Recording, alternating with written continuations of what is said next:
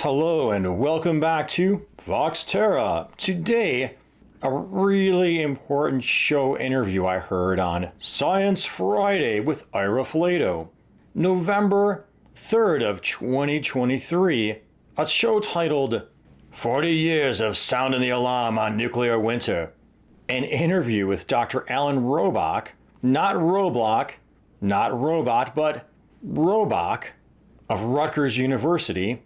And one thing that was really important in this interview and why I want to highlight it for you was his, let's call it a political analysis of why our planet is being heated and why we have this massive arsenal of nuclear weaponry. And we could add to that why we are in a state of endless war. And if I forgot to mention it, Dr. Alan Robock is a climate scientist. Well, nuclear winter is a concept that many of us are familiar with from the 80s, those of us who can remember the 80s, from a movie called The Day After. Crop selection must consider plants least susceptible to ultraviolet radiation and yields for human rather than animal consumption. Excuse me, Mel, but how do you go about decontaminating the soil? Well, citing that Dr. Robock, nuclear winter is basically when you drop all of these atom bombs and fly all these nuclear missiles, the soot and smoke from this holocaust would rise to the Earth's upper atmosphere, remaining for years and dim the sun. Maybe 3% or so of the material burned would turn into smoke, and it would go up to the upper part of the troposphere, which is where we live. But sun would heat it and loft it into the stratosphere, which is a layer above that. In the stratosphere, there's no rain to wash the particles out, and they would last for years. Particles were in the lower atmosphere last for a week or so. And so if you calculate how much smoke there would be, it would last for many years and be blown around the world and absorb sunlight and make it cold and dark at the Earth's surface. Temperatures could get below freezing even in the summertime in the middle of continents. That's nuclear winter. Well, this issue popped back up on the radar again because Dr. Robock recently published new work in Nature Food. And to paraphrase his study, a nuclear war between Russia and the United States would create a nuclear winter that would lead to around 5 billion deaths from starvation. A war between the U.S. and Russia could kill more than 5 billion people. But even a smaller scale nuclear war between, say, India and Pakistan would lead to about 1 to 2 billion deaths. And what we found is a war between India and Pakistan could produce famine in the next year, could kill 1 to 2 billion people. And he points out that here there would be flotillas of refugees searching for food. So a few countries that don't have many people that are big exporters now would have enough food, places like Argentina or Australia. But, if you think refugees are a problem now, there'd be flotillas of hungry people arriving in their shores. Remember, Dr. Robock is a climate scientist, and many climate scientists I've heard say that even today's refugee increases, for lack of a better way of putting it, are due in large part or in part to our heating planet, to climate change, leading towards these more unstable weather patterns, leading towards extreme heat, killing crops, floods killing crops, wildfire killing crops, and drought killing crops. He pointed out that most nuclear-armed nations have maybe a few hundred atomic weapons for deterrence, but the US of A and Russia have thousands of nuclear warheads. Far more than he believes, as well as did Carl Sagan, that we reasonably need for deterrence. In fact, such large stockpiles are, in their opinion, making us less safe. So, people claim that what are our weapons for? Oh, we're not going to attack somebody. They're for defense. They're for deterrence. And so I asked them, how many weapons do you need to put onto your enemy's capital to deter them from attacking you? And when I ask audiences that, the answer is often one. So because it would be so horrible. So maybe they need two and the first one doesn't work. So these countries decided that a couple hundred are more than enough. But the U.S. and Russia still have thousands. And so I don't understand why we have so many. Well, as to why we have so many, he answers his own question later in the interview. Well, first, I'd like to point out that he points out that around half of the world has already signed a treaty to prohibit nuclear weapons.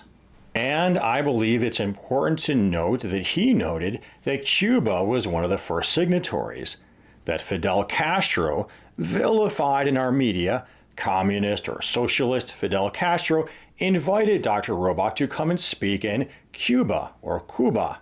I met Fidel Castro, who invited me down to Cuba to talk about this.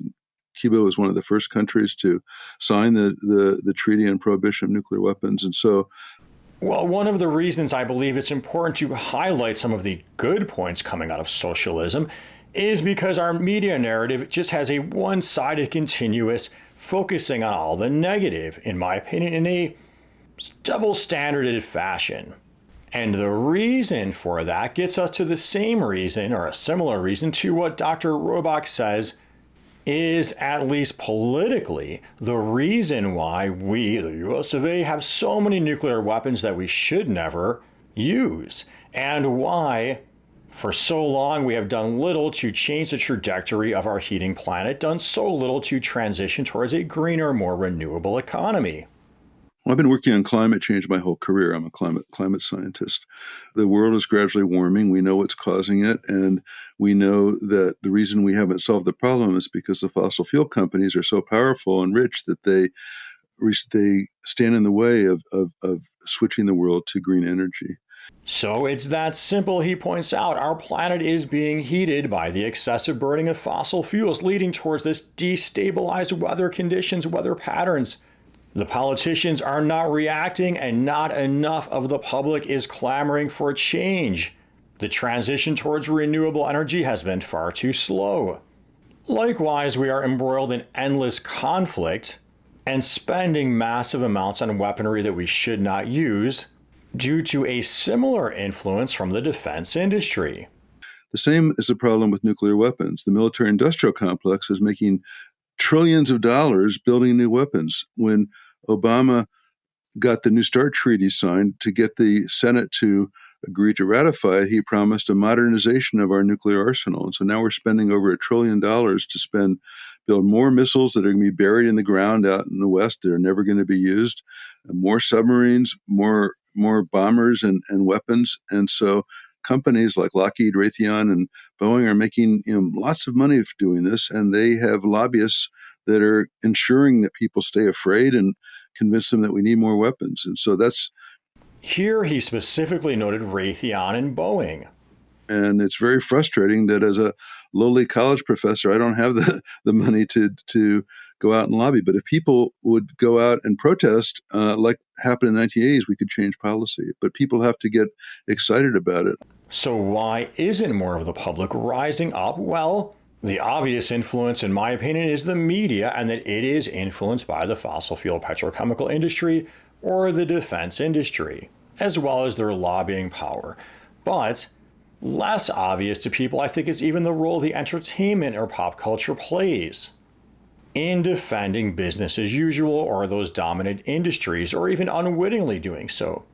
Consider how often we see pop fiction or action movies, the villains claim motivation is also protecting the environment or bringing world peace. Check out my critique of Stranger Things. Here, listen. But the human world was disrupting this harmony.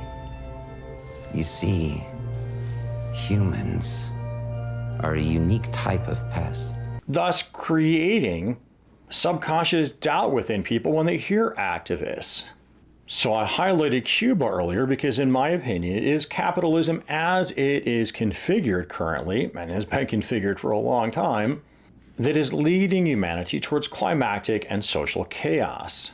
Well, partner, hope you found this here video informative, interesting, and good food for thought. And if you did, please make sure you are subscribed to my channel, clicking that there notification bell, liking, commenting, donating Patreon. Thank you to my two patrons, Bella Grussi, and Environmental Coffee House. Sure could use a little more support. This show is a heck of a lot of work. It comes at a big opportunity cost to moi. And as always, until next time, peace be with you.